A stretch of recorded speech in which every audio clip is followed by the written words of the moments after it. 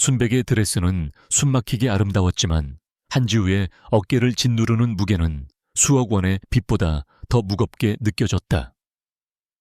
그녀는 지금 막 법적으로 권희준의 아내가 되었다.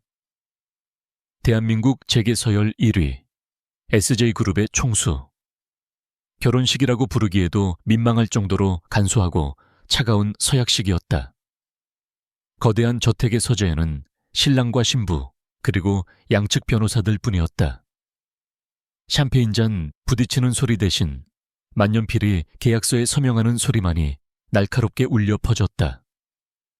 그녀의 남편이 된 남자 권희준은 단 한순간도 그녀에게 따뜻한 시선을 주지 않았다. 그의 완벽하게 재단된 슈트처럼 그의 표정 역시 한치의 오차도 없는 냉정함으로 가득 차 있었다. 권희준, 29의 나이로 SJ그룹을 이끈 괴물 같은 남자. 그의 눈은 깊이를 알 수 없는 겨울 호수와 같았다. 지우는 서약 내내 그 시선을 피했다. 그 눈을 마주하면 자신이 방금 영혼을 팔아넘긴 악마와 눈이 마주치는 것 같았다. 그는 지우의 손가락에 다이아몬드 반지를 끼워주면서도 마치 값비싼 물건을 진열대에 올려놓는 듯한 무감각한 손길이었다. 결혼 서약의 마지막 입맞춤 대신 그는 변호사에게 고개를 까딱였을 뿐이다. 이제 끝났습니다. 한지우 씨의 부채는 오늘부로 SJ그룹이 승계합니다. 아버님의 병원비 역시 마찬가지입니다. 목소리마저 온도감이 없었다. 모든 것은 한 달 전 그 끔찍했던 날로부터 시작되었다. 한지우는 월스트리트에서도 촉망받던 천재 펀드 매니저였다. 하지만 아버지 한 회장이 평생을 바친 견실한 중견기업 유진테크가 하루아침에 무너져 내렸다. 명백한 작전 세력의 공격이었다. 주가는 폭락했고 어음은 부도 처리되었으며 회사는 법정 관리에 들어갔다. 그리고 그 모든 혼란의 중심에는 악명 높은 사채 시장의 큰손 진화캐피탈의 최 회장이 있었다. 그는 합법을 가장한 교묘한 방식으로 유진테크의 숨통을 조여왔고 결국 모든 것을 집어삼켰다. 한 회장은 충격으로 쓰러져 중환자실에 누워있다. 최 회장은 인정사정 없었다. 그는 병원으로까지 깡패들을 보내 지우를 압박했다. 아버지가 못 갚으면 딸이라도 갚아야지. 방법이 아주 없는 건 아니야. 그의 음흉한 시선이 지우의 전신을 훑었을 때 그녀는 차라리 죽는 게 낫다고 생각했다. 회사를 살릴 방법도 수백억에 달하는 빚을 갚을 방법도 없었다. 아버지는 당장 다음 주 수술을 받지 못하면 위독해질 상황. 그녀가 가진 유일한 자산은 월스트리트에서 쌓은 명성과 그녀의 두뇌, 그리고 그녀 자신뿐이었다. 절망의 벼랑 끝에서 그녀는 상상조차 못한 동아줄을 마주했다. SJ그룹 법무팀이 그녀에게 접촉해왔다.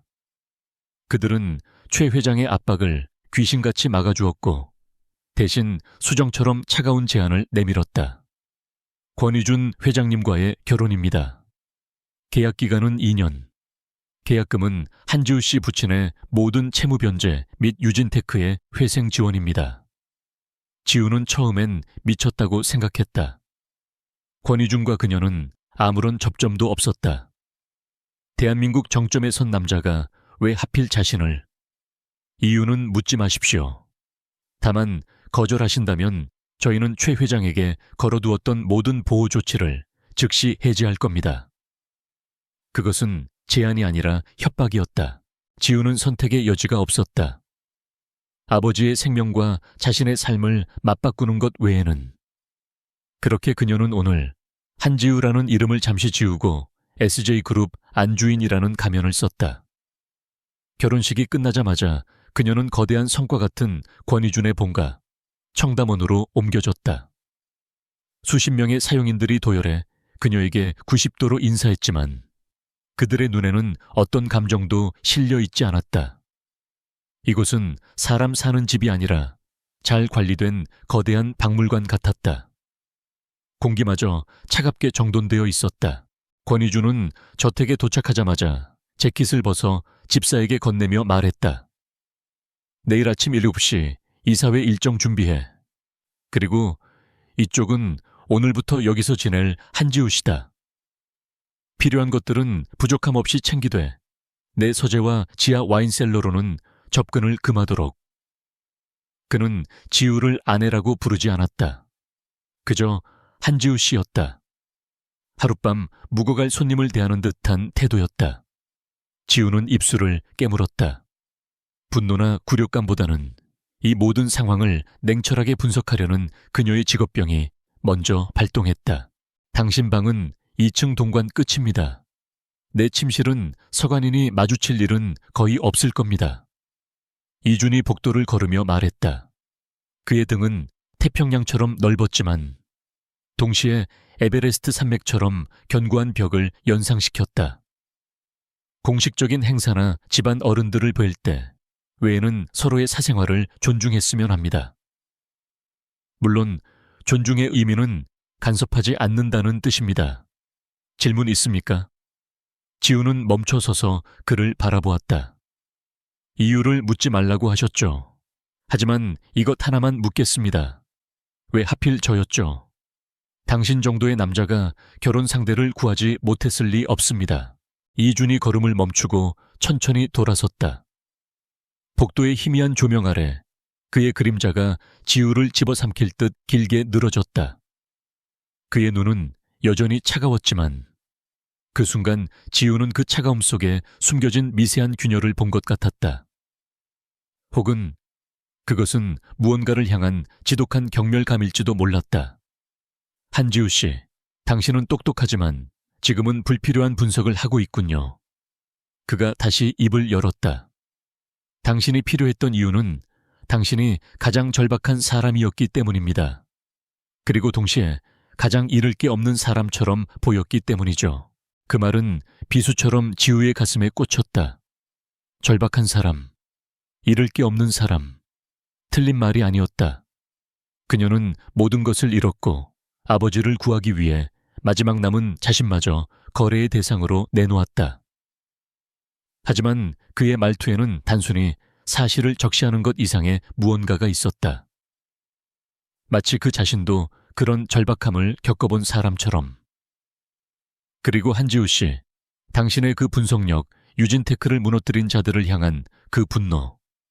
그게 내가 당신을 선택한 진짜 이유일지도 모릅니다. 이준은 그 의미심장한 말을 남기고 다시 돌아섰다. 내일 아침 식사는 혼자 하십시오. 나는 외부 일정이 있습니다.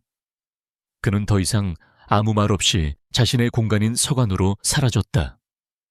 쿵 하고 무거운 문이 닫히는 소리는 마치 지우의 새로운 삶에 내려진 판결처럼 울렸다. 지우는 거대하고 화려하지만 텅 빈 자신의 방에 홀로 남겨졌다. 창밖으로는 서울의 야경이 별처럼 쏟아졌지만 그 어느 것 하나 그녀에게 위로가 되지 못했다. 그녀는 드레스를 벗어던지고 샤워기에서 쏟아지는 뜨거운 물을 맞았다. 오늘 하루 동안 일어난 일들이 믿기지 않았다. 결혼, 빚 청산, 그리고 이 알 수 없는 남자, 권희준. 그는 왜 그녀의 분노를 언급했을까? 마치 유진테크의 파산이 단순한 기업 사냥이 아니라는 것을 아는 사람처럼. 지우는 물줄기를 맞으며 생각했다. 그래, 나는 모든 것을 팔았지만 내 머리와 심장은 팔지 않았어. 이곳은 감옥일지 모르지만 동시에 모든 자원이 모이는 SJ그룹의 심장부다. 그녀는 샤워를 마치고 나와 방 한가운데 섰다. 이곳에서 2년을 버텨야 한다. 아니, 단순한 생존이 아니었다. 그녀는 알아내야만 했다. 아버지를 저렇게 만든 최 회장과 그 배후 세력, 그리고 자신을 이 지옥 같은 천국으로 끌어들인 남자, 권희준의 진짜 속셈. 그는 정말로 자신의 절박함과 분노를 이용하려는 것일까? 그렇다면 무엇을 위해서? 지우의 눈이 날카롭게 빛나기 시작했다. 그녀는 희생자가 되기 위해 이곳에 온 것이 아니었다. 밤이 깊어졌다. 거대한 저택은 죽은 듯이 고요했다.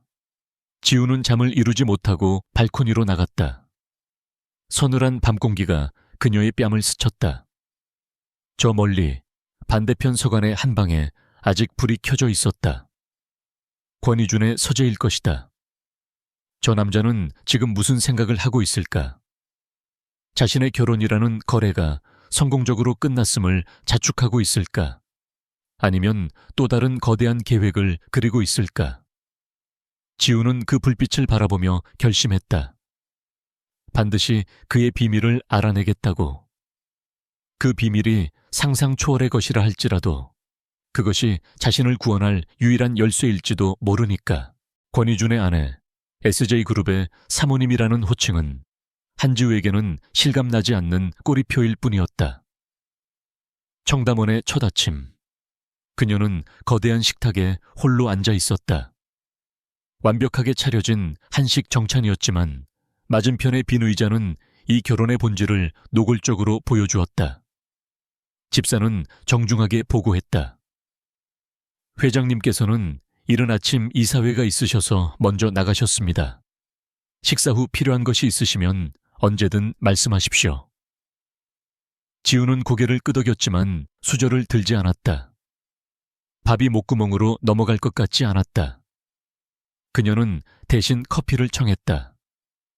독하고 쓴 그녀의 심정 같은 에스프레소. 그녀의 결혼 생활은 정확히 계약서에 명시된 대로 흘러갔다. 권희준은 그녀의 삶에 필요한 모든 물질적인 것을 제공했다. 최고급 의상과 차량, 그리고 그녀의 개인 비서까지. 심지어 아버지 한 회장은 SJ그룹 산하병원에 최고급 VIP 병실로 옮겨졌고 국내 최고의 의료진이 붙었다. 빚쟁이들의 그림자는 흔적도 없이 사라졌다.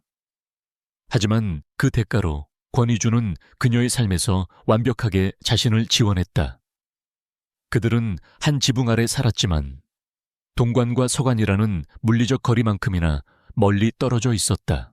일주일이 지났지만 지우가 이준과 마주친 것은 고작 3번이었다. 한 번은 복도에서 스쳐 지나갈 때 그는 가벼운 목례와 함께 불편한 건 없습니까? 라고 물었다. 그뿐이었다. 두 번째는 주말 저녁 SJ그룹의 명예회장이자 그의 조모인 강 여사에게 인사를 드리러 갈 때였다. 차 안에서 그는 태블릿으로 업무 보고를 받으며 지우에게 말했다. 조모님께는 다정한 부부처럼 보여야 합니다. 불필요한 오해를 만들고 싶지 않으니 협조 바랍니다. 그는 연기를 지시하는 감독 같았다. 강 여사 앞에서 권희준은 완벽한 남편을 연기했다. 지우의 어깨를 감싸고 그녀가 좋아하는 음식을 챙겨주는 신용을 했다. 지우 역시 그의 연기에 맞춰 미소를 지었다. 하지만 지우는 보았다. 강 여사의 날카로운 눈이 두 사람 사이의 미묘한 냉기를 정확히 꿰뚫어 보고 있음을. 저택으로 돌아오는 차 안에서 두 사람 사이에는 다시 정막이 흘렀다. 수고했습니다, 한지우 씨. 이준은 차에서 내리며 그 한마디를 남기고 서간으로 사라졌다. 그는 단 한 번도 그녀를 여보나 지우야 라고 부르지 않았다. 지우는 이 거대한 감옥에서 무력하게 시간을 보낼 생각이 없었다. 그녀는 SJ그룹이 제공한 자금 일부를 이용해 남몰래 보안이 강화된 개인 노트북과 추적이 불가능한 통신 장비를 구했다. 낮에는 사모님으로서 교양 수업을 듣거나 갤러리를 방문하는 척했지만 밤이 되면 그녀의 방은 월스트리트 시절의 분석실로 변했다. 그녀의 첫 번째 목표는 진화캐피탈의 최 회장이었다. 아버지를 무너뜨린 그 교활한 뱀의 목을 어떻게든 비틀어야 했다. 하지만 조사는 쉽지 않았다. 최 회장은 겉으로는 합법적인 M&A 전문가 행세를 했지만 그의 자금 흐름은 유령처럼 잡히지 않았다. 유진테크를 공격했던 페이퍼 컴퍼니들은 이미 흔적도 없이 사라진 후였다. 지우는 데이터의 벽에 부딪혔다. 누군가 의도적으로 모든 기록을 지우고 있었다. 그녀가 아는 금융 지식만으로는 한계가 있었다. 더 깊은 정보, 보이지 않는 손의 도움이 필요했다. 그리고 그 정보의 정점에 앉아있는 남자가 바로 자신의 남편이었다. 그러던 어느 날 밤, 지우는 갈증을 느껴 물을 마시러 1층 주방으로 내려갔다. 새벽 2시가 넘은 시간, 저택은 숨소리 하나 들리지 않을 만큼 고요했다. 그런데 그때 서관 쪽에서 희미한 빛과 함께 이준의 목소리가 들려왔다. 그는 서재에서 누군가와 통화 중인 듯 했다. 지우는 본능적으로 그림자 속에 몸을 숨겼다. 그의 목소리는 평소의 냉정함과는 달리 얼음장처럼 차갑고 날카로운 분노가 서려 있었다. 헬리오스의 눈을 속일 수 있을 거라 생각했나? 최 회장이 꼬리를 너무 길게 늘어뜨렸어. 지우는 숨을 죽였다. 헬리오스, 최 회장. 그녀는 심장이 얼어붙는 것을 느꼈다. 이준이 유진테크 사건을 알고 있는 것일까? 아니, 지금 움직이면 안 돼. 그림자들이 먼저 경로를 확보해야 한다. 타겟은 최 회장이 아니라 그 뒤에 있는 본체다.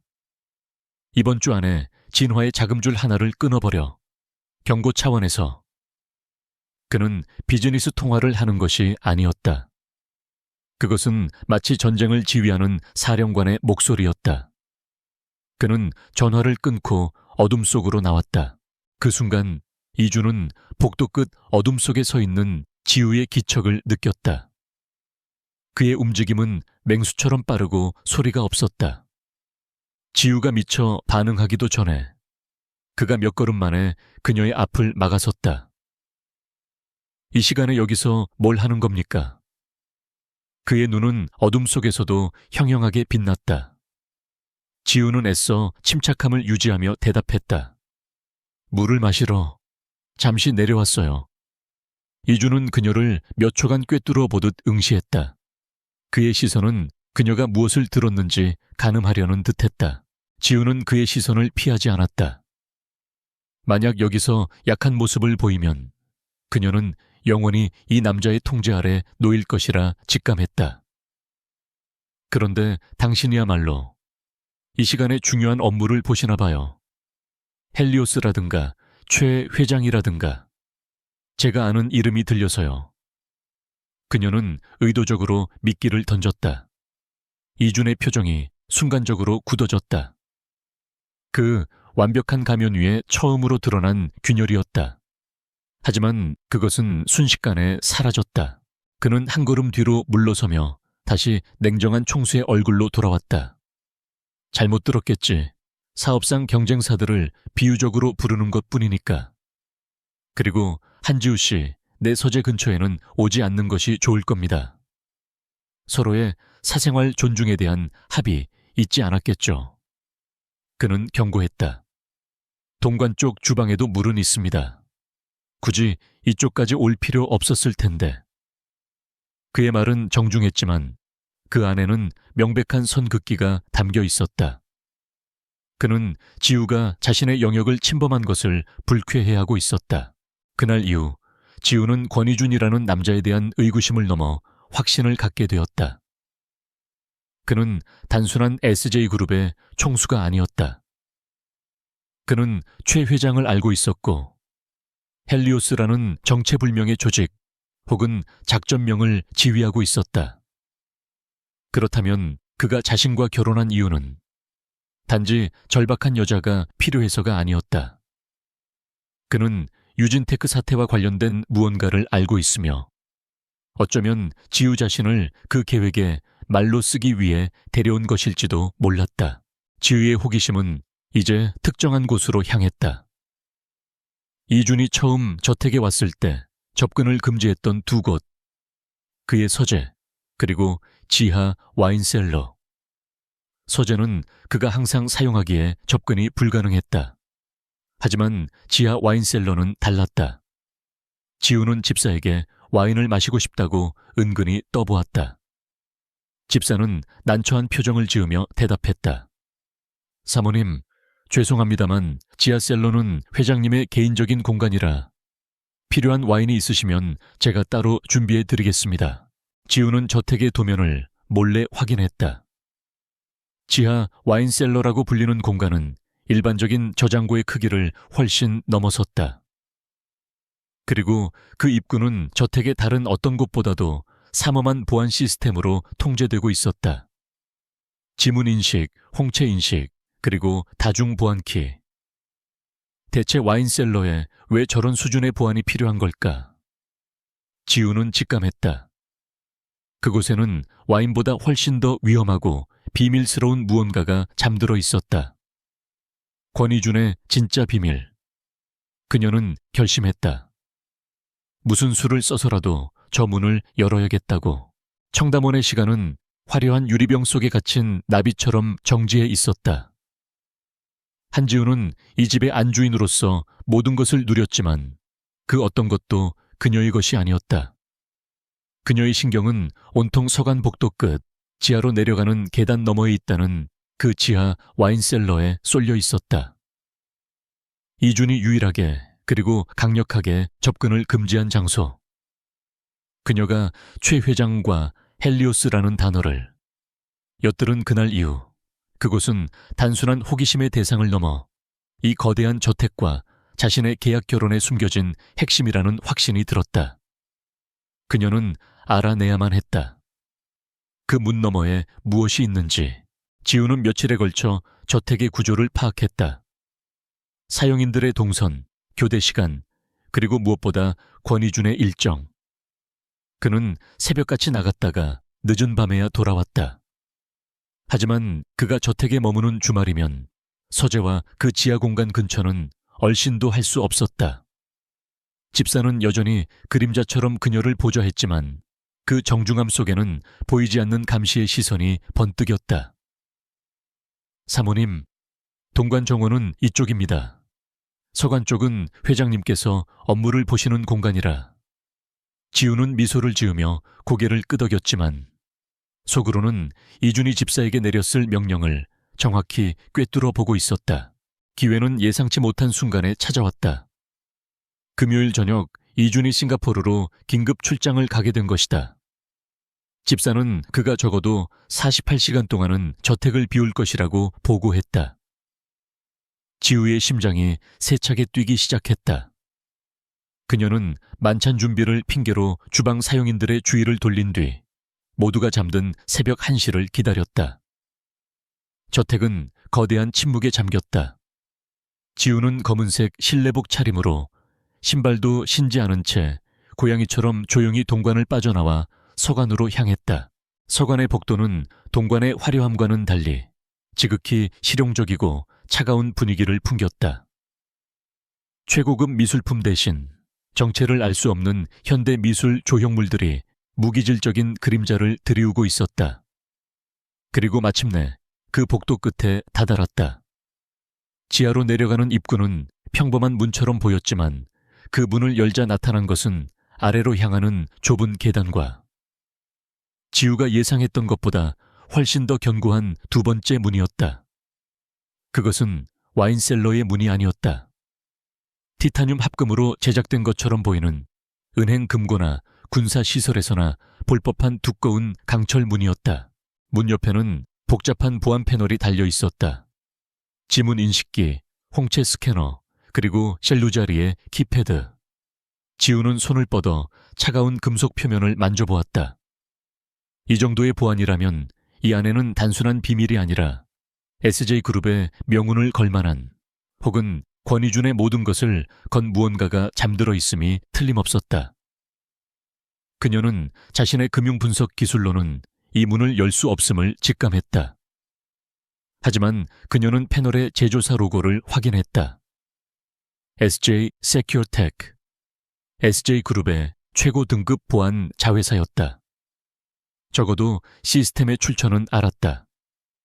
그녀가 패널을 더 자세히 살펴보려 고개를 숙인 바로 그 순간이었다. 저기서 뭐 하는 거지? 지우의 등 뒤로 얼음장보다 차가운 목소리가 날아와 꽂혔다. 지우는 온몸의 피가 얼어붙는 것 같았다. 천천히 고개를 돌렸다.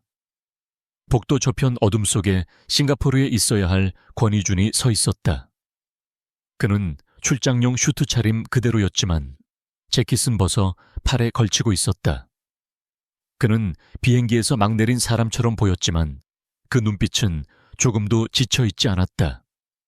오히려 자신의 영역을 침범당한 흑표범처럼 위험하게 빛나고 있었다. 분명 출장 가셨다고. 지우의 목소리가 가늘게 떨렸다. 일정이 취소됐다. 그는 짧게 대답하며 천천히 그녀에게로 걸어왔다. 또각, 또각. 그의 구두 소리가 정적을 깨고 지우의 심장을 내리찍었다.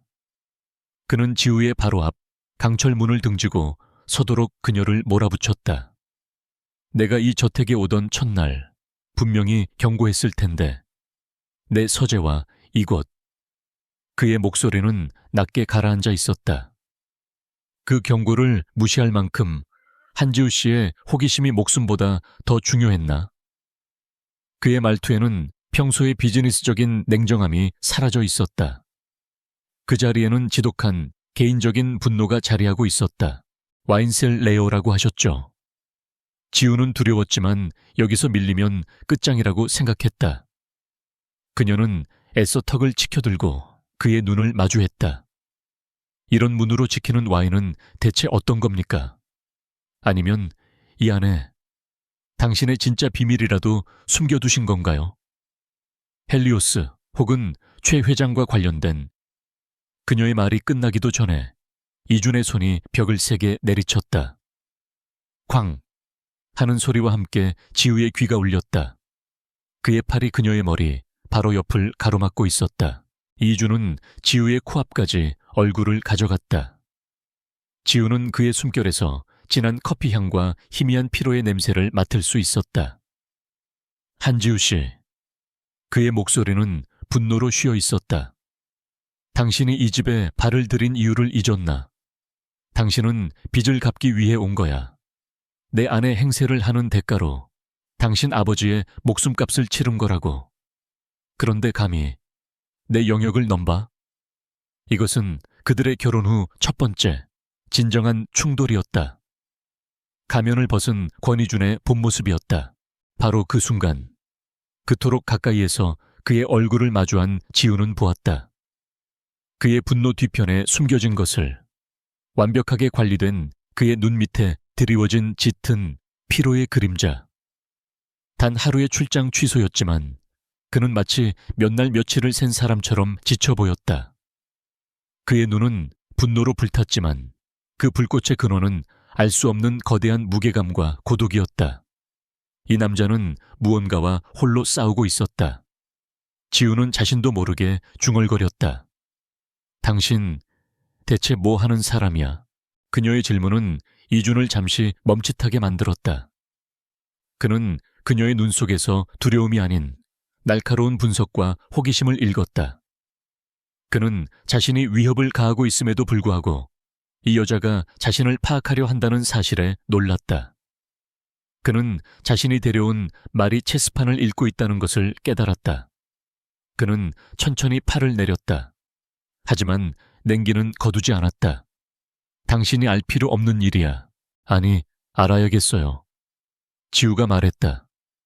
당신이 나를 이 집에 들인 이유, 단순히 빚 때문이 아니라는 거 알아. 당신 최 회장을 노리고 있지.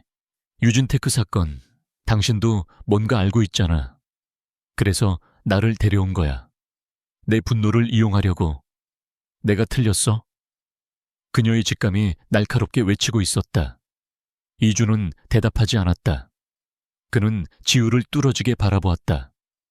이 여자의 지성은 그가 예상했던 것보다 훨씬 더 날카로웠다.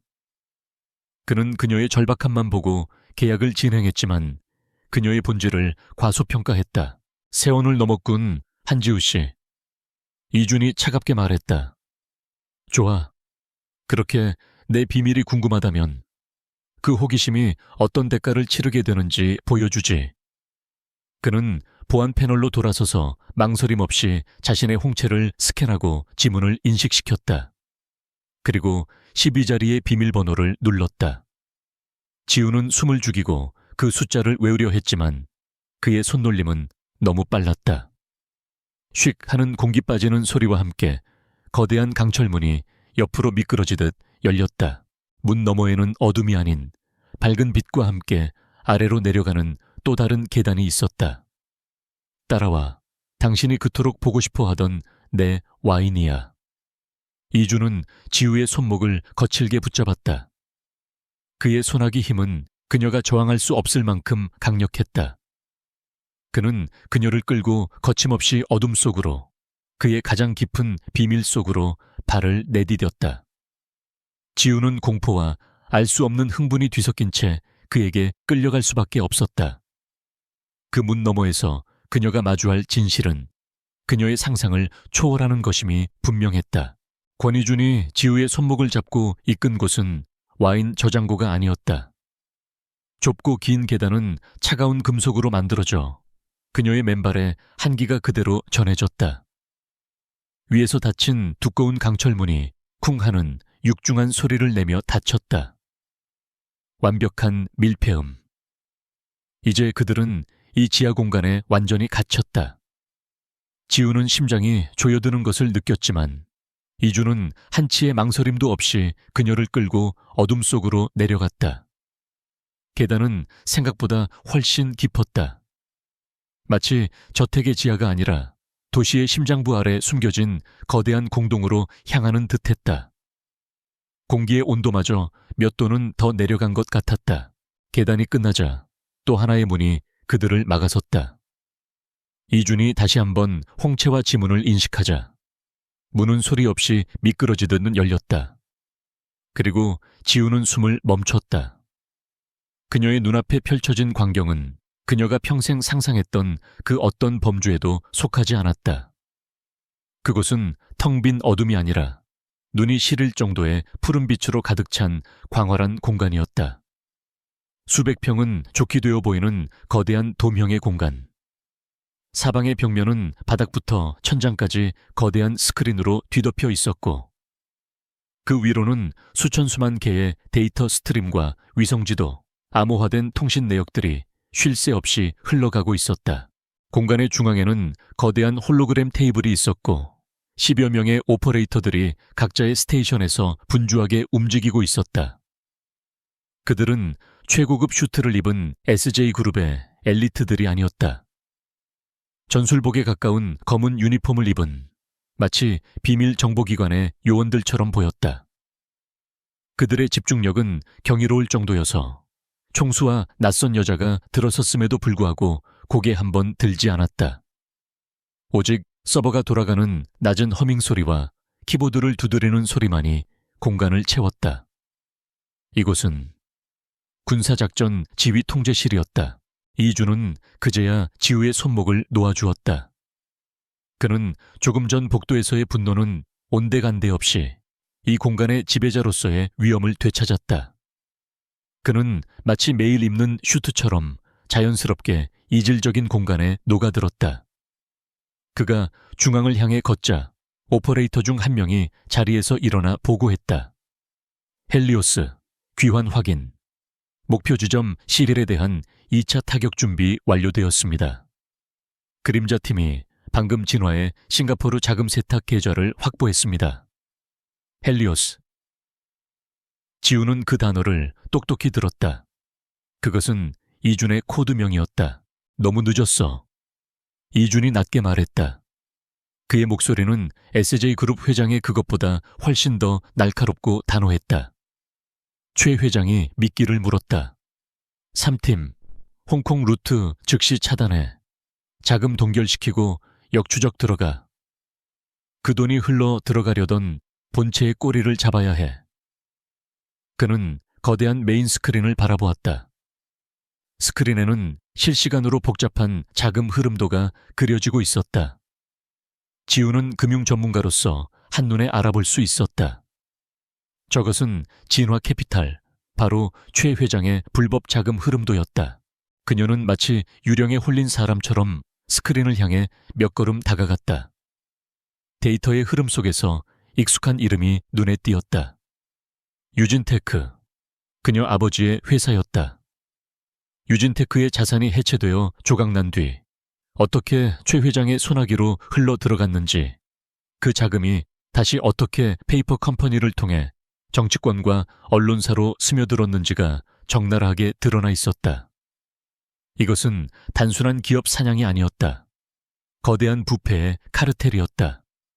지우는 온몸이 차갑게 식는 것을 느꼈다. 이게 대체 뭡니까? 지우가 떨리는 목소리로 물었다.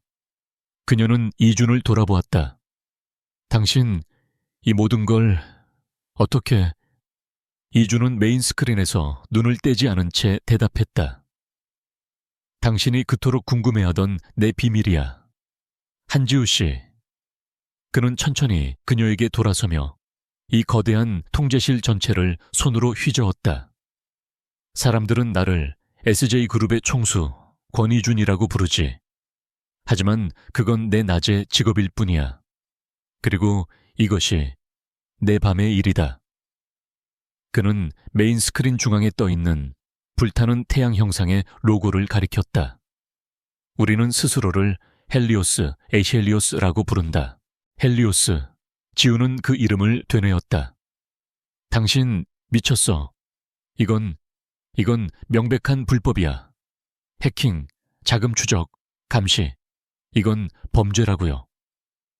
그녀의 목소리가 커졌다. 하지만 이준은 눈 하나 깜짝하지 않았다. 오히려 그는 희미하게 웃었다. 그가 그녀 앞에서 처음으로 보인 그러나 조롱에 가까운 미소였다. 범죄?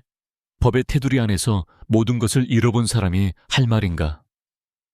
그가 지우에게 한 걸음 다가왔다. 그의 시선이 그녀의 심장을 꿰뚫는 것 같았다. 초회 회장이 당신 아버지를 무너뜨릴 때 그는 법을 어겼나?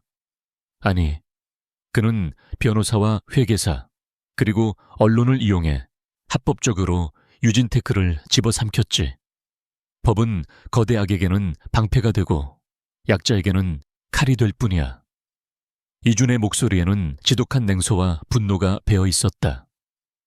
어떤 괴물들은 법이라는 빛이 닿지 않는 그림자 속에 숨어 그 그림자를 사냥하기 위해서는 나 역시 더 깊은 어둠 속으로 들어가는 수밖에 없었어. 그의 눈은 마치 심연을 들여다본 사람처럼 깊고 어두웠다. 그는 오퍼레이터에게 손짓했다. 유진테크건 타임라인 브리핑. 즉시 메인 스크린의 데이터가 바뀌었다. 유진테크가 공격받기 6개월 전부터의 기록이었다.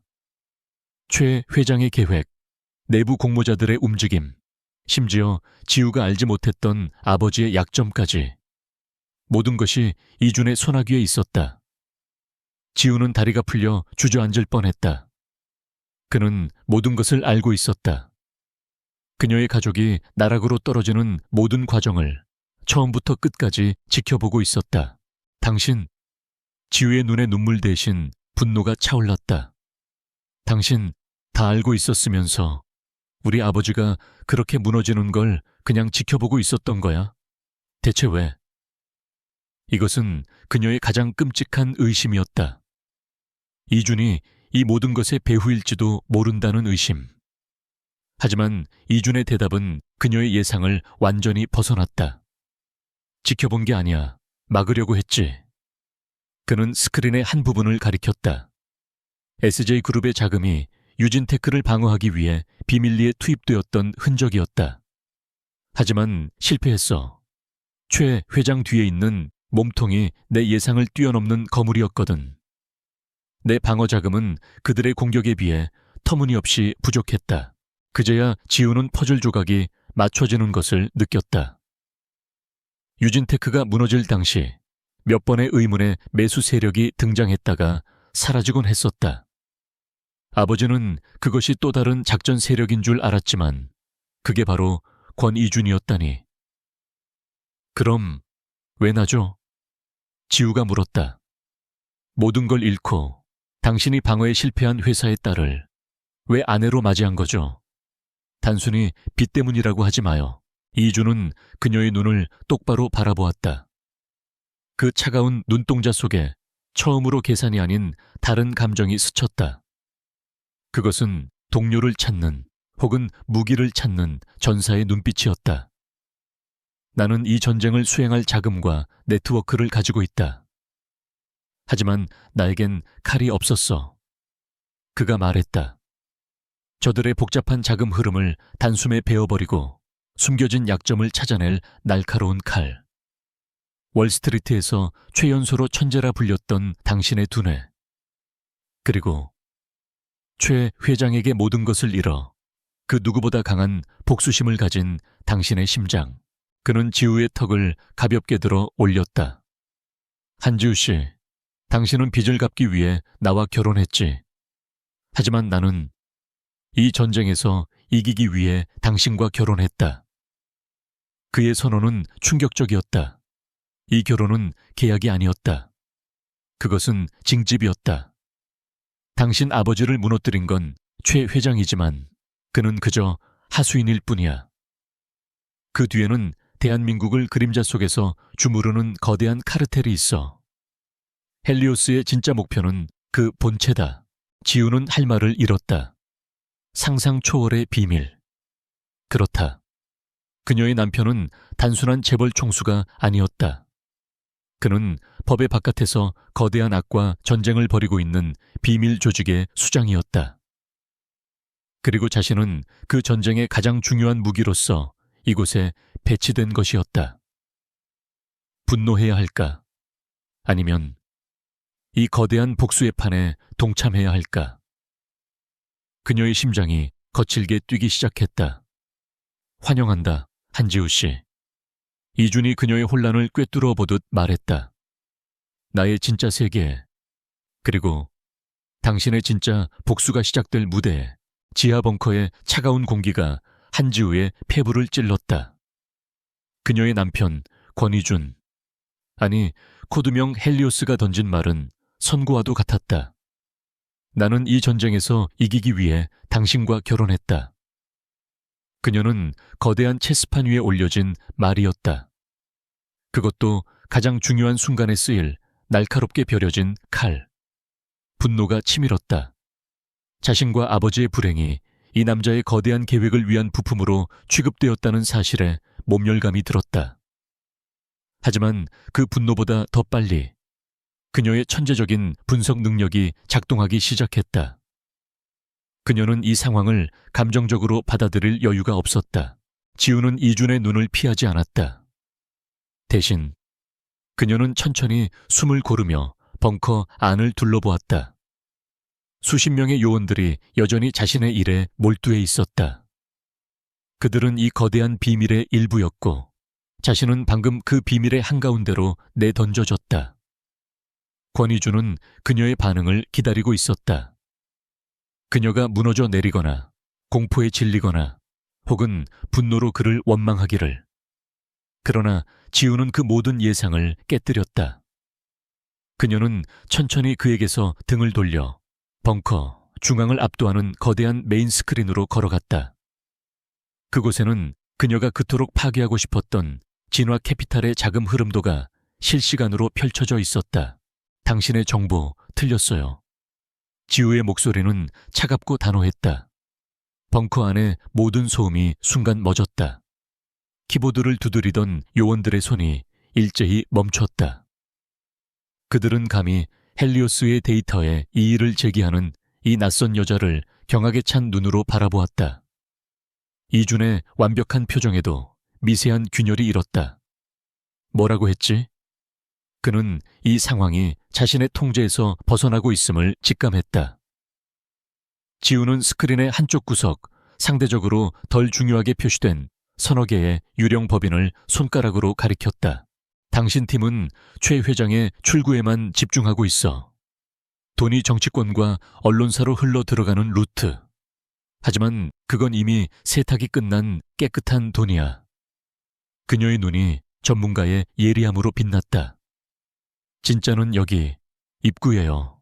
최 회장이 어떻게 그 막대한 자금을 그렇게 빨리 그리고 티 안 나게 생성해내는가.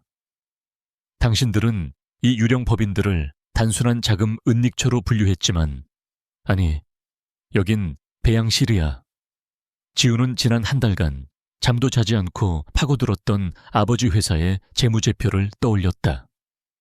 그 속에서 발견했던 아주 작은 불일치, 미세한 수수료의 흐름, 유진테크가 무너지기 1년 전부터 이 법인들은 유진테크와 소에게 자문 계약을 맺었어.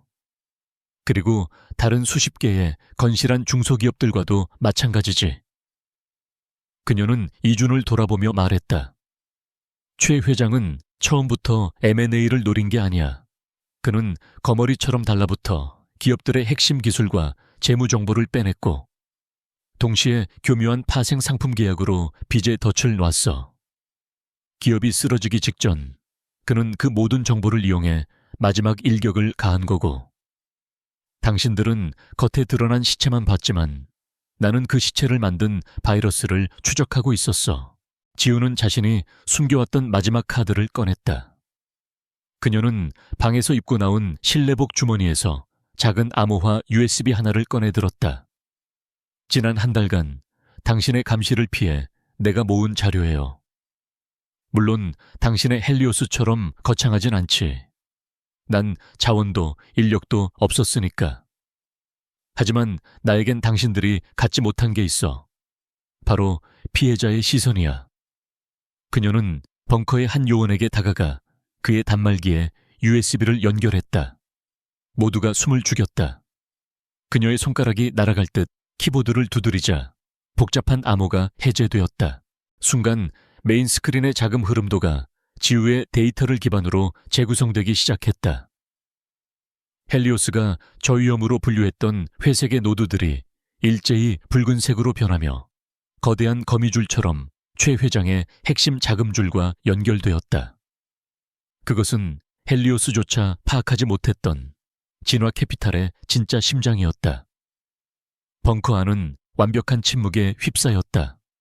요원들은 자신들의 거대한 정보망이 놓친 치명적인 허점을 이 낯선 여자가 단지 USB 하나로 밝혀내는 것을 망연자실하게 바라보았다.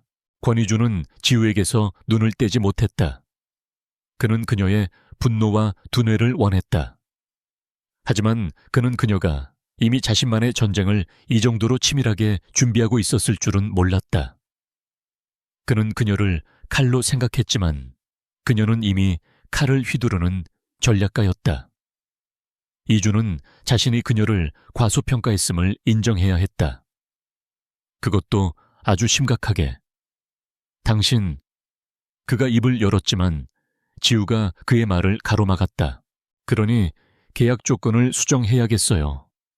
권희준 씨, 아니 헬리오스. 지우는 당당하게 그의 앞에 섰다. 이제 그녀는 빚에 쫓기던 절박한 여자가 아니었다. 이 거대한 비밀 작전의 핵심을 쥔 유일한 플레이어였다. 나는 당신의 무기가 되는 걸 거절하겠어. 무기는 주인이 휘두르는 대로 움직일 뿐이니까. 나는 내 의지대로 움직일 거야. 그녀의 목소리에 힘이 실렸다. 대신 파트너를 제안하지. 당신은 당신의 목표인 본체를 잡고 나는 나의 목표인 최 회장의 숨통을 끊는다. 우리의 적은 지금 이 순간 완벽하게 일치해. 그녀는 스크린을 가리켰다. 당신들은 최 회장을 본체로 가는 중간 다리로 보지만 나는 그를 내 아버지의 원수로 봐. 나는 그가 법의 심판을 받는 것만으로는 만족 못해. 그가 아버지를 무너뜨린 방식 그대로 그의 모든 것을 조각내고 그가 쌓아 올린 제국을 내 손으로 해체시킬 거야. 그녀의 눈동자에는 슬픔 대신 차가운 불꽃이 타오르고 있었다.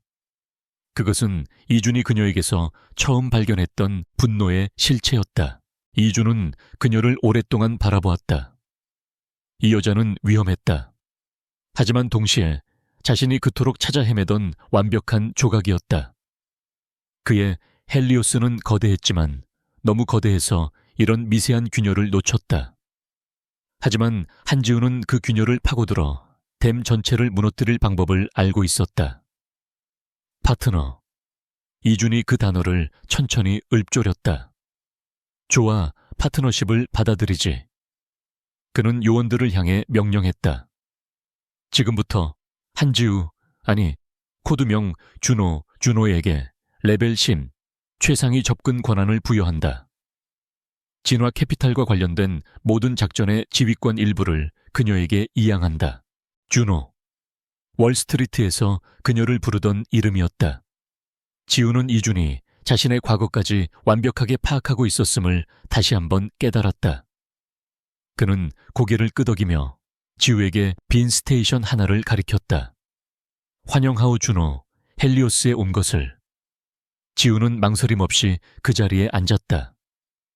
그녀가 키보드에 손을 올리자 마치 원래 자기 자리였던 것처럼 익숙했다.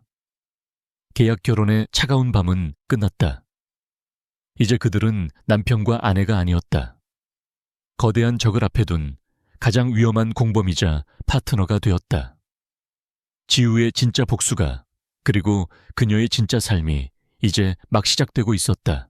코드명 준호가 부여된 순간부터 한지우는 더 이상 청담원의 유령 같은 사모님이 아니었다. 그녀는 지하 벙커 헬리오스의 두 번째 심장이 되었다. 권희준이 헬리오스의 전략과 자원을 상징한다면 한지우는 그 심장을 뛰게 하는 날카로운 명분과 집요한 실행력을 상징했다. 그녀의 스테이션은 벙커의 중앙, 이준의 자리 바로 옆에 배치되었다. 계약 결혼의 당사자들은 이제 거대한 스크린을 함께 공유하는 위험한 파트너이자 지휘관이 되었다. 그녀의 합류로 헬리오스의 분위기는 완전히 바뀌었다. 이전까지 본체라는 거대하고 막연한 적을 향해 움직였다면 이제는 진화 캐피탈이라는 명확한 첫 번째 타겟을 분쇄하기 위한 구체적인 작전이 시작되었다. 지우의 방식은 저돌적이고 거침없었다. 그녀는 월스트리트에서 배운 모든 금융 공격 기법을 총동원했다. 최 회장은 문어발이야. 다리 하나를 자른다고 죽지 않아. 우리는 그의 머리, 즉 자금 생성 시스템 자체를 마비시켜야 해. 그녀는 헬리오스 요원들에게 명령을 내렸다. 1팀은 내가 제공한 바이러스 로직을 이용해 진화 캐피탈의 모든 파생 상품 계약서를 스캔해 함정 계약을 역으로 이용할 거야. 2팀은 최 회장이 차명으로 보유한 모든 자산 목록을 확보해. 부동산, 미술품, 요트, 모조리. 그녀의 눈은 48시간 넘게 잠들지 못했음에도 불구하고 형형하게 빛났다. 권희준은 그런 그녀를 지켜보았다. 그는 자신이 거대한 잠자는 호랑이를 건드렸음을 깨달았다. 그녀의 분노는 파괴적인 에너지가 되어 헬리오스 전체를 몰아붙이고 있었다. 그녀는 단순한 분석가가 아니었다. 복수를 위해서라면 기꺼이 스스로를 불태울 준비가 된 전사였다. 그들은 최 회장의 자금줄 몇 개를 끊는데 성공했다. 최 회장은 즉각 반응했다. 그는 꼬리 자르기를 시도하며 지우가 지목했던 유령법인 몇 개를 즉시 파산시켜버렸다. 증거가 사라지기 시작한 것이다. 젠장, 지우가 스테이션을 내리쳤다. 그가 우리보다 한 발 빨랐어. 이 속도로는 그를 잡을 수 없어. 그날 밤 벙커에는 지우와 이준, 그리고 최소한의 핵심 요원들만 남아있었다. 지우는 커피로 10잔째 버티며 스크린을 노려보고 있었다. 그때 이준이 그녀의 스테이션 전원을 강제로 꺼버렸다. 그만하지. 이러다 당신이 먼저 쓰러지겠어. 지우가 날카롭게 그를 쏘아붙였다. 지금 잠이 와. 최 회장은 지금도 내 아버지 회사의 피를 빨아먹고 있는데 당신은 이게 그냥 게임이야? 그녀의 목소리는 분노와 피로로 갈라져 있었다. 당신은 모든 걸 가졌잖아. SJ그룹 총수, 이 비밀스러운 왕국까지. 하지만 나는 내 아버지도 그들에게 살해당했으니까. 이준의 목소리가 얼음처럼 벙커를 갈랐다. 지우는 숨을 멈췄다. 처음으로 이준의 차가운 가면 뒤에 숨겨진 진짜 고통을 마주했다.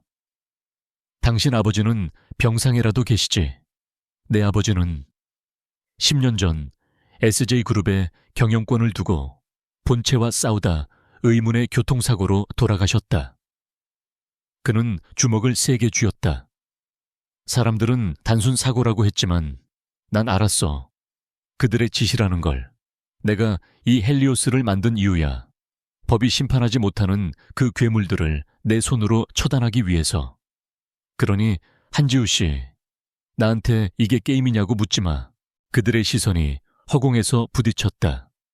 지우는 그제야 깨달았다. 그들이 공유한 것은 단순한 적이 아니었다. 본체라 불리는 거대한 악에게 가장 소중한 것을 잃은 지독한 상실감이었다. 이준 역시 복수자였다.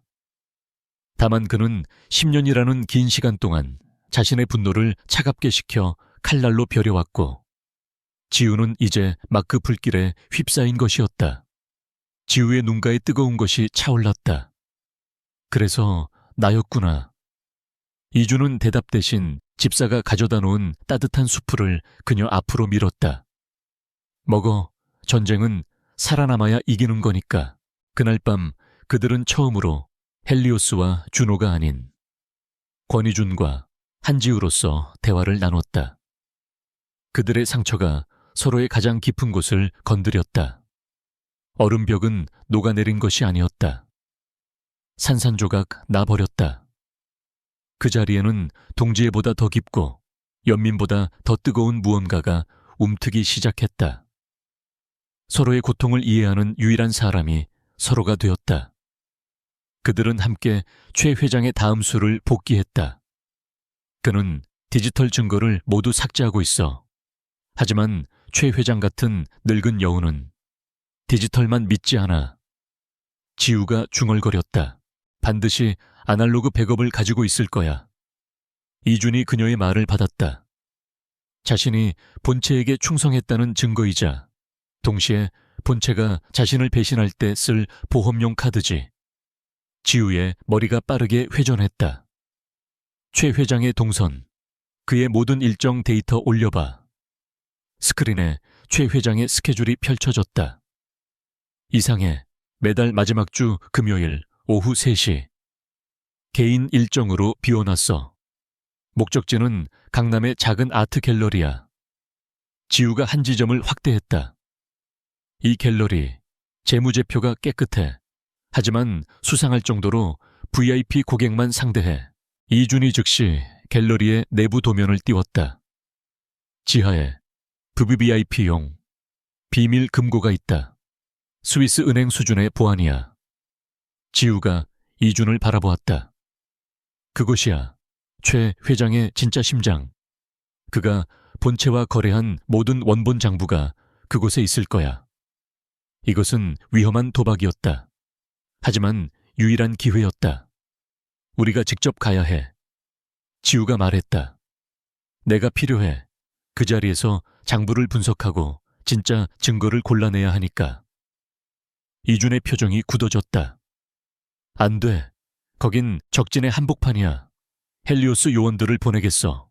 요원들은 그 방대한 자료 속에서 10분 안에 핵심 증거를 못 찾아내. 나만이 할 수 있어. 지우는 물러서지 않았다. 이건 내 복수라고 했잖아. 내 손으로 끝내게 해줘. 이준은 그녀의 불타는 눈을 오랫동안 바라보았다. 그는 그녀를 잃는 위험을 감수하고 싶지 않았다. 하지만 동시에 그녀의 의지를 꺾을 수도 없었다. 그는 자신이 이 여자를 단순한 파트너 이상으로 생각하기 시작했음을 깨달았다. 좋아, 같이 간다. 그가 결정했다. 내가 그림자 팀을 이끌고 보안을 뚫을 테니 당신은 데이터 확보에만 집중해. 10분이야. 그 이상은 안 돼. 작전명 판도라의 상자가 수립되었다. 남은 시간은 48시간. 벙커는 다시 긴장감에 휩싸였다. 하지만 이전과는 달랐다. 지우와 이준 사이에는 더 이상 벽이 없었다. 그들은 전략을 짜며 자연스럽게 손이 스쳤고 밤을 새우며 서로에게 커피를 건넸다. 작전 브리핑이 끝나고 지우가 잠시 눈을 붙이러 가려 할 때 이준이 그녀를 붙잡았다. 한지우 씨. 그는 그녀의 어깨에 걸친 담요를 여며주었다. 반드시 살아서 돌아와야 해. 이건 명령이야. 지우는 그의 눈 속에서 헬리오스가 아닌 자신을 걱정하는 한 남자의 진심을 보았다. 그녀는 말없이 고개를 끄덕였다. 가장 위험한 도박이, 그리고 가장 위험한 감정이 시작되고 있었다.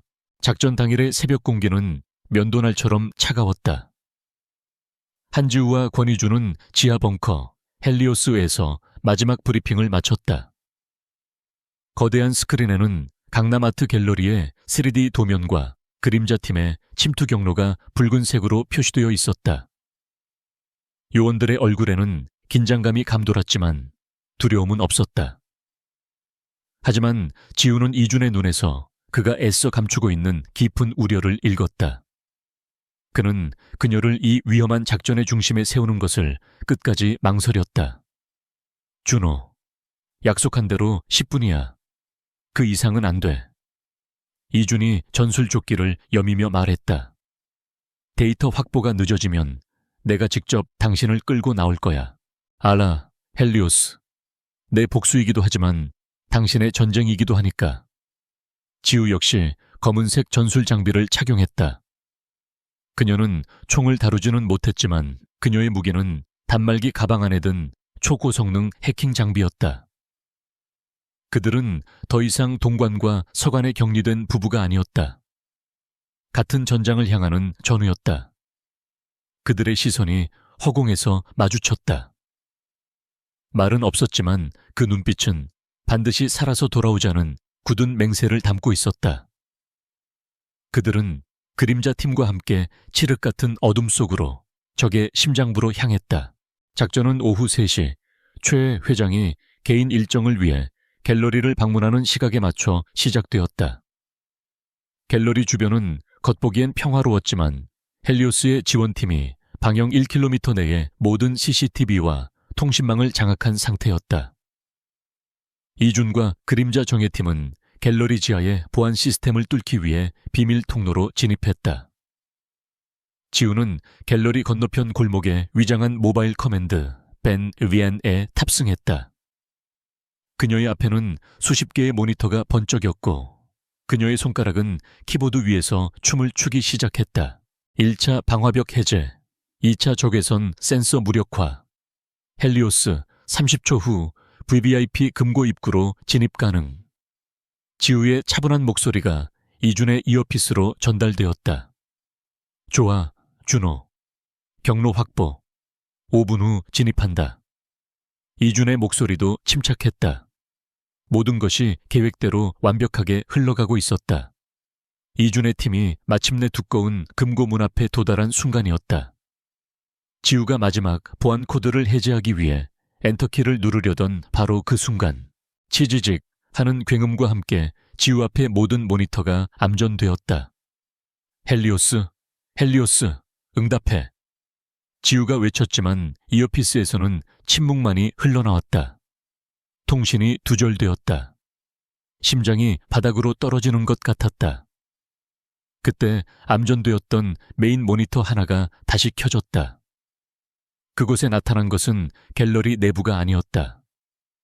낯익은 얼굴, 바로 최 회장이었다.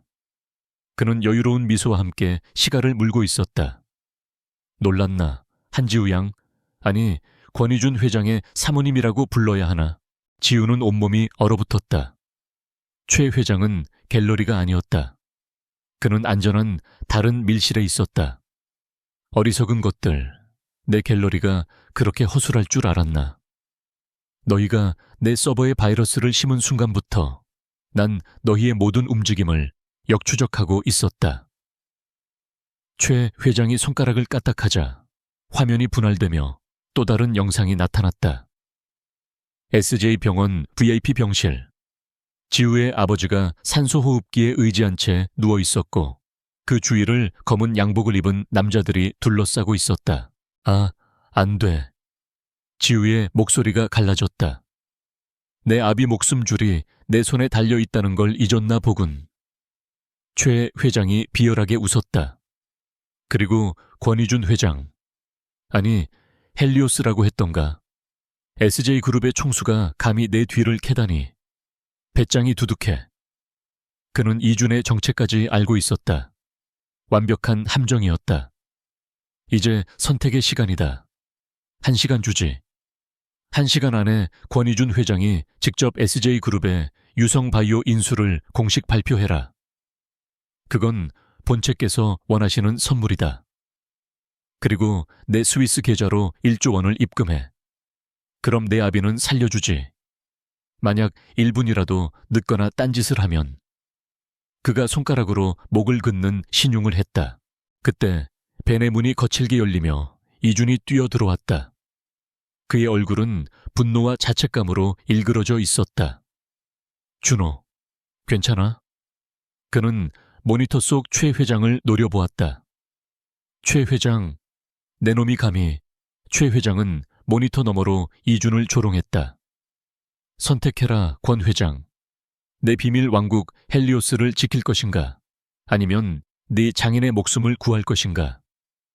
아, 물론 네 아내의 복수도 물거품이 되겠지만. 통신이 끊겼다. 이준은 주먹으로 벽을 내리쳤다. 젠장, 우리가 당했어. 놈의 함정이었어. 그는 깊은 고뇌에 빠졌다. 본체가 원하는 대로 유성 바이오를 넘겨주면 헬리오스가 10년간 쌓아온 모든 것이 무너지는 것이었다. 하지만 지우 아버지의 목숨이 걸려 있었다. 이준이 결단을 내리려는 듯 입을 열었을 때 지우가 그의 팔을 붙잡았다. 그녀는 울고 있지 않았다. 오히려 그녀의 눈은 얼음장보다 차갑고 분노로 이글거리고 있었다. 그가 실수를 했어. 그녀가 낮게 말했다. 뭘? 이준이 되물었다. 그는 우리에게 패를 모두 보여줬어. 아버지를 인질로 잡았다는 것, 그리고 갤러리가 미끼였다는 것. 그 말은 진짜 금고는 다른 곳에 있다는 뜻이야. 지우의 머리가 컴퓨터보다 빠르게 돌아가기 시작했다. 그리고 그는 우리에게 시간을 줬어. 1시간. 그 1시간 안에 우린 모든 걸 뒤집어야 해. 하지만 아버님은 그래서 우리가 나눠야 해. 지우가 이준의 눈을 똑바로 바라보았다. 당신은 아버지를 구해. 당신의 그림자 팀이라면 가능해. SJ 병원은 당신 구역이잖아. 그럼 당신은? 나는 최 회장의 진짜 금고를 찾을 거야. 지우는 재빨리 키보드를 두드렸다. 최 회장이 역추적했다는 말에서 힌트를 얻었다. 그녀는 헬리오스의 방어벽 로그를 역으로 분석하기 시작했다. 찾았어. 놈이 우리 통신을 가로챈 IP 주소. 청담동의 또 다른 빌딩이야. 진화 캐피탈 본사지야. 그곳이 진짜 판도라의 상자야. 이준은 망설였다. 그녀를 혼자 보낼 수는 없었다. 아니, 둘 다 해야 해. 지우가 말을 이었다. 그리고 이 모든 걸 세상에 공개해야 해. 그녀는 이준에게 상상도 못할 계획을 제안했다. SJ그룹 긴급 기자회견을 열어. 당신이 직접 나서 최 회장이 시킨 대로 유성 바이오 인수를 발표하는 척하면서 우리가 터뜨리는 거야. 이준은 그녀의 대담함에 숨을 삼켰다. 이것은 도박을 넘어선 자폭에 가까운 전략이었다. 하지만 성공한다면 최 회장과 본체를 한 방에 무너뜨릴 수 있었다. 좋아. 그렇게 가지. 이준의 눈에도 결단의 불꽃이 튀었다. 작전은 즉시 재개되었다. 이준은 그림자 1팀을 이끌고 병원으로 향했다. 동시에 SJ그룹 홍보실에는 총수의 긴급 기자회견이 통보되었다. 지우는 남은 그림자, 이 팀과 함께 진화 캐피탈 본사로 향했다. 병원에서의 구출 작전은 숨막히게 진행되었다. 이준의 팀은 병원 보안팀으로 위장, 최 회장의 부하들을 소리 없이 제압했다. 이준이 VIP 병실 문을 열었을 때 한 남자가 지우 아버지의 산소호흡기에 손을 대고 있었다. 이준은 망설임 없이 그를 제압하고 아버지를 확보했다. 헬리오스, 인질 확보, 5분 남았다. 같은 시각 지우는 진화 캐피탈 지하 금고 앞에 섰다.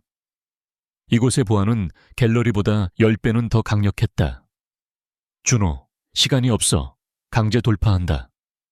팀장의 말에 지우가 고개를 끄덕였다. 그림자팀이 소형 폭약으로 금고문을 날려버렸다. 경보음이 울렸지만 상관없었다. 그 안에는 서버렉과 함께 수백 개의 장부 원본이 쌓여 있었다. 지우는 본능적으로 가장 안쪽에 숨겨진 검은색 장부를 꺼내 들었다. 로제타 스톤. 본체와 연결된 모든 이름과 날짜, 금액이 적힌 마스터 장부였다. 긴급 기자회견이 시작되었다. 수백 명의 기자들 앞에 이준이 섰다. 그는 피곤하지만 결연한 표정이었다. 저는 오늘 SJ그룹의 중대한 결정을 발표하기 위해 이 자리에 섰습니다. 그가 입을 여는 순간 최 회장은 자신의 밀실에서 만족스러운 미소를 지었다. 하지만 이준의 다음 말은 그의 예상을 벗어났다. 저는 오늘 이 자리에서 대한민국을 좀먹고 있는 거대한 범죄 카르텔을 고발하려 합니다. 기자들이 술렁였다. 동시에 기자회견장의 모든 대형 스크린이 지지직거리며 바뀌었다. 지우가 신호를 보낸 것이었다. 검은 장부의 내용이 최 회장이 정치인들과 검사들에게 돈을 건네는 영상이 유진테크를 무너뜨린 작전 지시서가 모든 증거가 대한민국 전역에 생중계되기 시작했다. 최 회장은 밀실에서 얼어붙었다. 이게 무슨... 그의 전화가 울렸다. 이준이었다. 그는 병원 로비에서 방금 구출된 지우의 아버지를 배경으로 전화를 걸었다. 게임은 끝났다, 최 회장. 내 놈의 본체도 함께. 밖에서는 이미 검찰과 경찰의 사이렌 소리가 진화 캐피탈 본사를 향해 울려 퍼지고 있었다. 모든 것이 폭로되었다.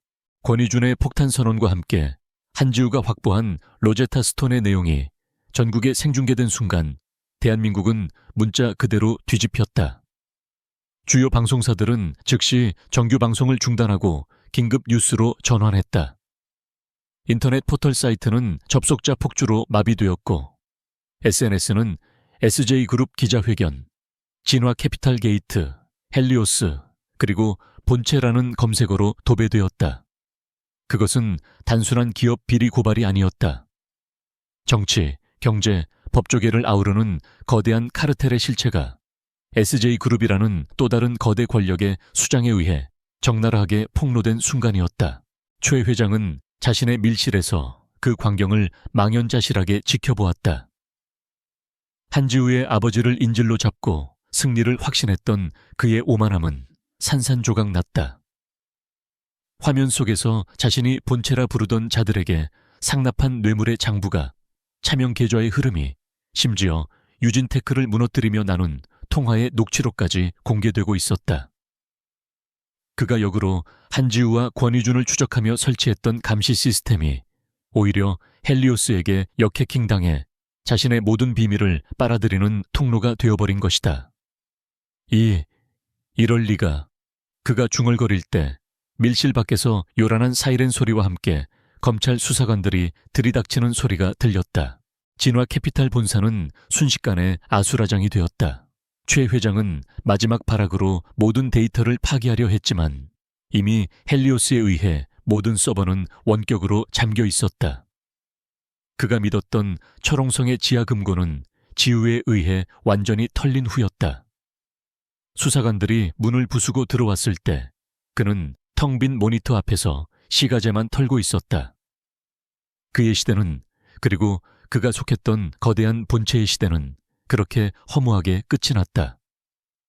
정관계 인사들의 줄이은 사퇴 선언과 검찰의 대대적인 수사 착수 발표가 이어졌다.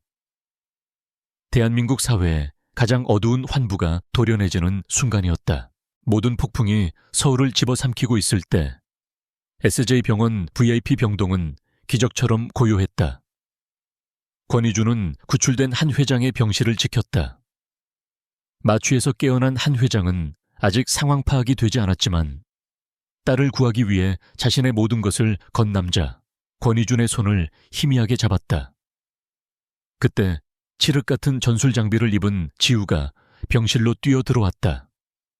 먼지와 화약 냄새를 풍기는 그녀의 모습은 영락없는 전사였다. 그녀는 아버지의 침대 곁으로 달려와 그의 손을 잡고 눈물을 흘렸다. 아빠, 죄송해요. 이제 다 끝났어요. 이주는 두 사람을 말없이 지켜보다가 지우의 어깨에 손을 가만히 얹었다. 지우가 고개를 들어 그를 바라보았다. 그들의 시선이 마주쳤다. 헬리오스도 준호도 아니었다. 단지 가장 위험한 순간을 함께 통과한 서로의 유일한 구원자인 권희준과 한지우였다. 벙커에서의 긴장감, 작전의 아드레날린이 모두 빠져나간 자리에 깊은 피로감과 그보다 더 깊은 유대감이 차올랐다. 수고했어. 이준이 낮게 말했다. 그의 목소리에는 그가 평생 눌러왔던 따뜻한 감정이 배어 있었다. 그녀의 복수가 끝났고 그의 복수도 끝났다. 며칠 후 세상은 여전히 시끄러웠지만 청담원 저택은 안정을 되찾았다. 권희준 역시 헬리오스의 수장으로서 법의 심판을 피할 수는 없었다. 그는 자진해서 검찰에 출두했다. 하지만 여론은 그에게 다크 히어로라는 칭호를 붙여주었다. 그가 불법적인 수단을 사용한 것은 사실이었으나 그로 인해 밝혀진 진실의 무게가 훨씬 더 컸기 때문이다. 그는 10년간 모아온 본체의 모든 증거를 검찰에 넘겼고 헬리오스의 해체를 공식적으로 선언했다. 그는 자신의 아버지의 복수를 완수함과 동시에 그 복수를 위해 만들었던 어둠의 왕국을 스스로 거두었다. 한 회장의 건강은 빠르게 회복되었다. 그는 모든 진실을 알게 되었다.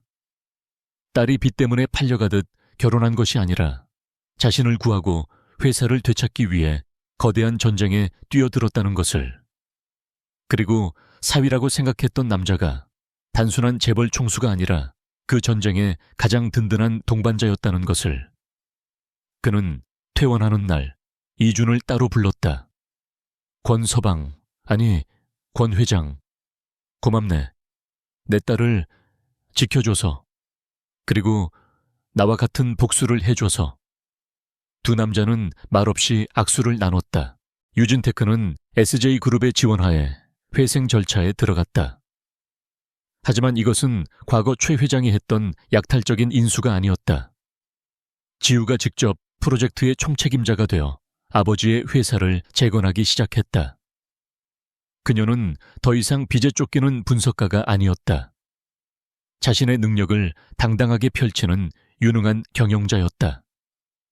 그녀는 청담원과 유진테크 사무실을 오가며 바쁜 나날을 보냈다. 모든 것이 제자리를 찾아가는 듯했다. 단 하나, 그녀와 권희준의 관계를 제외하고 그날 밤 지우는 서재에서 유진테크 재건 보고서를 검토하고 있었다. 이준이 조용히 들어와 그녀의 맞은편에 앉았다. 그들의 계약 결혼 기간은 2년. 하지만 그 결혼의 전제 조건이었던 빚과 복수는 모두 사라졌다. 그는 서류 봉투 하나를 그녀 앞으로 내밀었다. 이혼 합의서입니다. 지우의 손이 멈칫했다. 그녀는 천천히 고개를 들어 그를 바라보았다. 그의 얼굴은 여전히 무표정했지만 지우는 그 미세한 눈떨림을 놓치지 않았다. 계약은 완수됐습니다. 최 회장은 구속되었고 아버님은 건강을 되찾으셨죠. 유진테크도 다시 일어설 겁니다. 이준이 애써 담담하게 말했다. 당신을 붙잡아둘 이유가 더는 없습니다. 한지우 씨. 당신은 자유입니다. 그는 그녀를 위해 모든 것을 했지만 마지막 순간에는 그녀의 선택을 존중하기로 했다. 이 모든 것이 강요로 시작되었음을 그는 잊지 않았다. 지우는 서류를 열어보지 않았다. 대신 그녀는 자리에서 일어나 그에게 다가갔다. 그리고 그녀는 이준이 내민 서류를 집어들어 망설임 없이 반으로 찢어버렸다. 이준의 눈이 놀라움으로 커졌다. 뭐 하는 겁니까? 당신은 아직도 나를 잘 모르는군요, 권희준 씨. 지우가 그의 넥타이를 잡아당겨 그의 얼굴을 자신에게로 가까이 가져왔다. 나는 빚을 갚기 위해 당신과 결혼했죠. 맞아요. 그녀의 숨결이 그의 뺨에 닿았다. 하지만 나는 내 파트너와 이혼할 생각은 없어요. 내 목숨을 구해준 남자, 나와 같은 상처를 가진 남자, 그리고 내 아버지를 구해준 남자를 떠날 생각은 없다고요. 그녀의 눈은 더 이상 분노나 복수심으로 불타지 않았다. 그 자리에는 한 여자로서의 확신과 따뜻한 애정이 담겨 있었다.